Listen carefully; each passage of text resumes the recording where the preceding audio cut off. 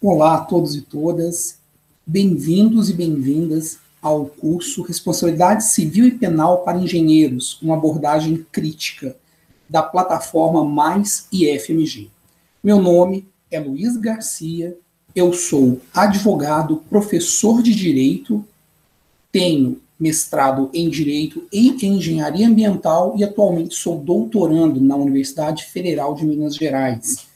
Tenho experiência na temática de responsabilidade jurídica, especialmente responsabilidade civil, pelo fato de ser professor em 2 pós-graduações, lecionando módulos dessa temática.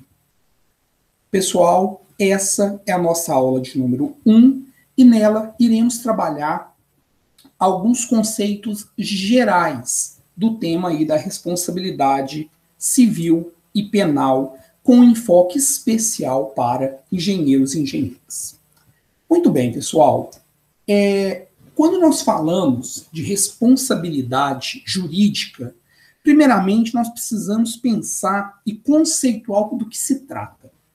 A ideia de responsabilidade, ela está no cerne do direito do próprio Estado, na verdade. Não há como pensar na atuação estatal, pensar no exercício da tutela estatal, se não pensarmos em responsabilidade.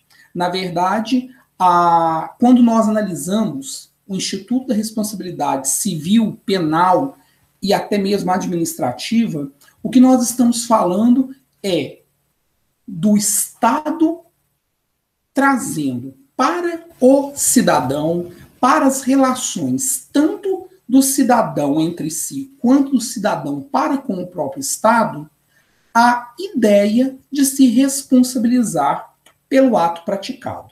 Então, pensar a responsabilidade em qualquer esfera é pensar que nós estamos falando da forma que o Estado possui para fazer com que a sociedade se organize minimamente.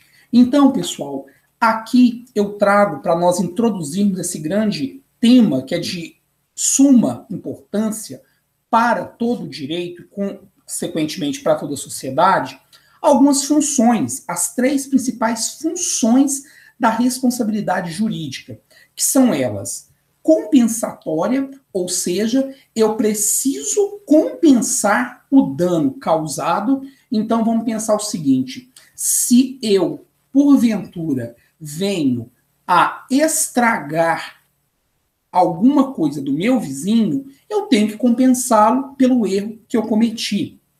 Ela é punitiva, e aí principalmente quando nós pensamos na responsabilidade penal. Nós estamos falando desse poder-dever do Estado de punir o cidadão que cometeu uma ilicitude, que cometeu um crime, uma contravenção, correto? E ela também é desmotivadora. Por quê, pessoal? Porque é a responsabilidade.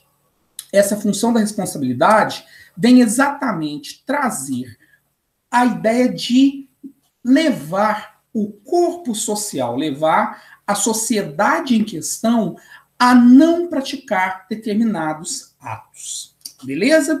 Então, nós temos funções aí da responsabilidade jurídica que permeiam tanto a responsabilidade administrativa, quanto a penal, quanto a civil, que são aí essas 3 esferas da responsabilidade.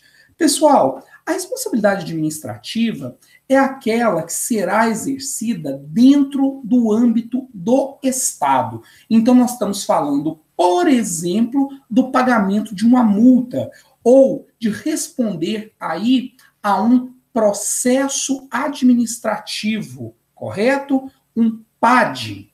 Nós temos, e aqui para este curso nos interessa especialmente essas 2 esferas, a responsabilidade penal ou criminal, que é aquela que se dá diante do cometimento de um ilícito penal, de um crime, de uma contravenção penal, e a esfera civil, que está aí, portanto, no âmbito das relações entre particulares e como essas relações acontecem. Então, é o dano que eu cometo, é quando eu bato no carro de alguém aí no trânsito e acabo, né, gerando um dano e tenho aí a obrigação de indenizar.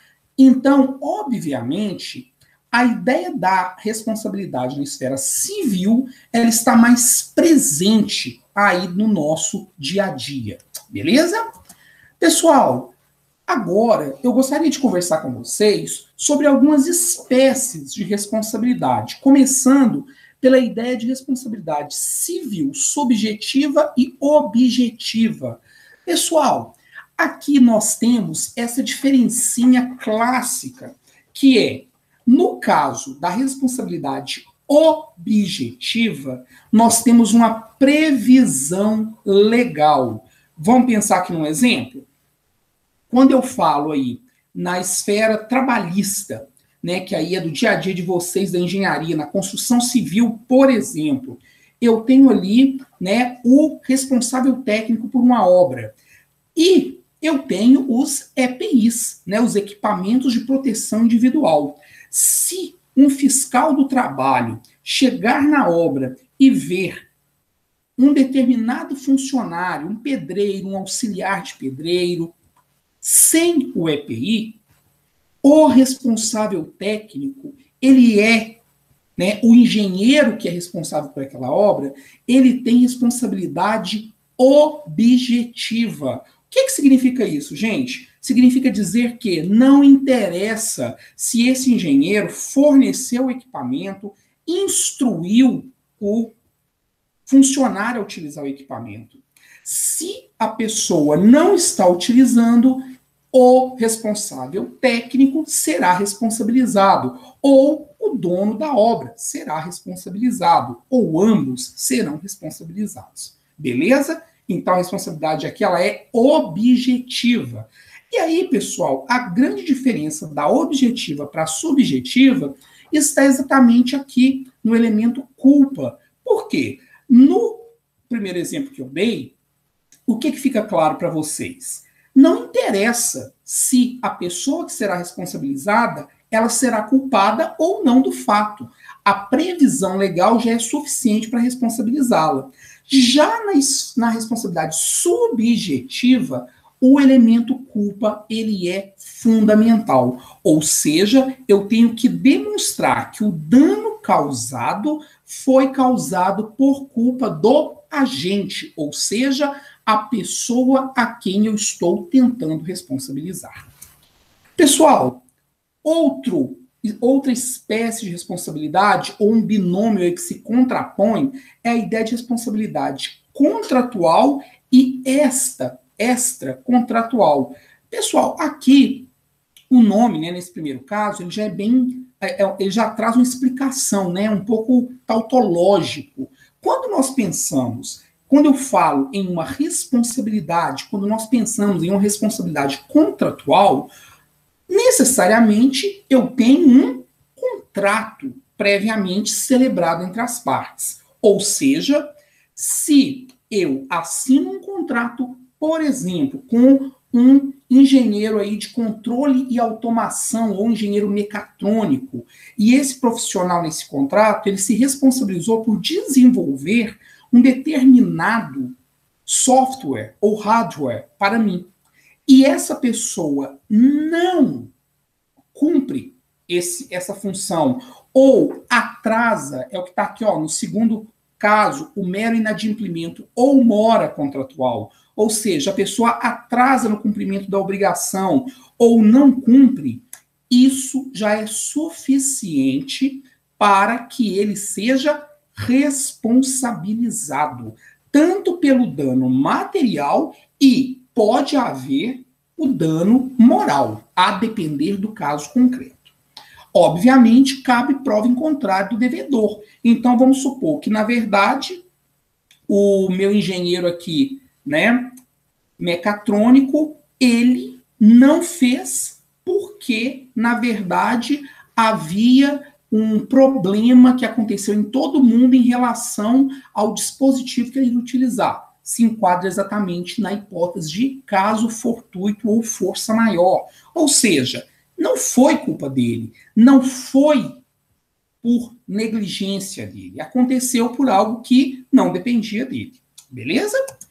No caso da responsabilidade extracontratual, também chamada de aquiliana ou aquiliana, isso porque ela tem origem na Lex Aquilia. O que foi essa Lex Aquilia, meus queridos e minhas queridas? Foi uma lei editada que dizia que aquela pessoa que causa uma lesão, ela pode responder. Porque antes, a responsabilidade só vinha pelo contrato. Com a edição dessa Lex Aquilia, e o que é para hoje, né? Para nós hoje, a responsabilidade extracontratual, nós já temos o quê?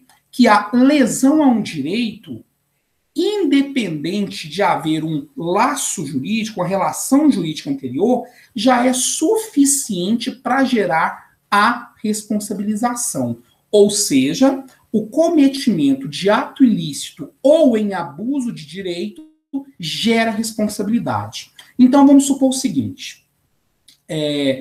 Eu tenho, por exemplo,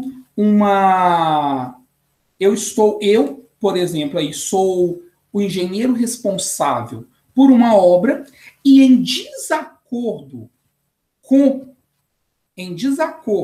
o que preconiza os protocolos, em desacordo com o que eu conversei com o dono da obra, eu faço determinado movimento, tomo determinada atitude que gera um prejuízo.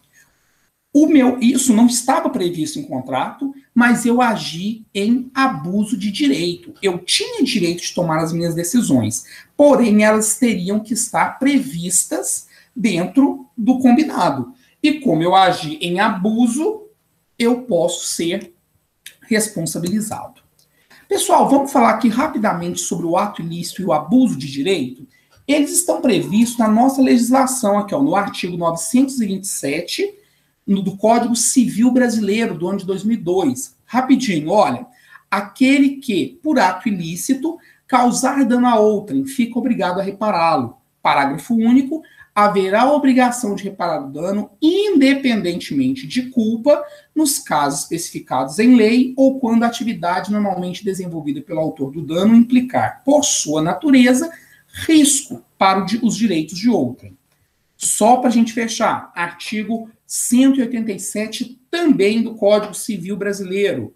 Também comete ato ilícito o titular de um direito que, ao exercê-lo, excede manifestamente os limites impostos pelo seu fim econômico ou social, pela boa-fé ou pelos bons costumes. Pessoal, o que significa aqui? São dois tipos de casos diferentes que podem gerar responsabilização civil.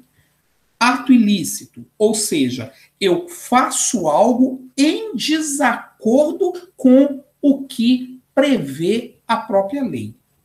O abuso de direito já não é algo que eu fiz em desacordo com a lei.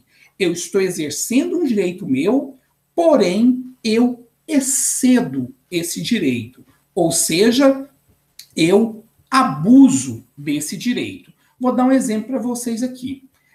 Um direito que, na atualidade, inclusive, tem sido amplamente questionado, é a ideia da liberdade de expressão. Eu tenho o direito de agir com liberdade de expressão? Tenho. Mas, se eu excedo os limites da minha liberdade de expressão e, por exemplo, já ataco alguém, exponho alguém publicamente, podemos dar como exemplo as redes sociais, eu posso ser responsabilizado. Então, vamos supor, eu contrato um serviço de um engenheiro e não fico satisfeito com esse serviço. Eu vou para a rede social e começo a atentar contra o nome dessa pessoa, a atacar publicamente essa pessoa. Eu estou excedendo ao meu direito de liberdade de expressão. Com isso, este profissional que se sentiu agredido por mim poderá, portanto, me autuar, exigir de mim, exigir na justiça que eu seja responsabilizado pelo ato por mim praticado. Perfeito? Pessoal, esta foi a nossa primeira aula alguns conceitos aí que nós passamos. Peço a vocês que acessem o material. Lá vocês conseguirão sedimentar esses conceitos que aqui foram apontados e, dessa forma, conseguir uma melhor compreensão do que nós estamos aqui trabalhando. Foi ótimo estar com vocês. Nos vemos na aula 2.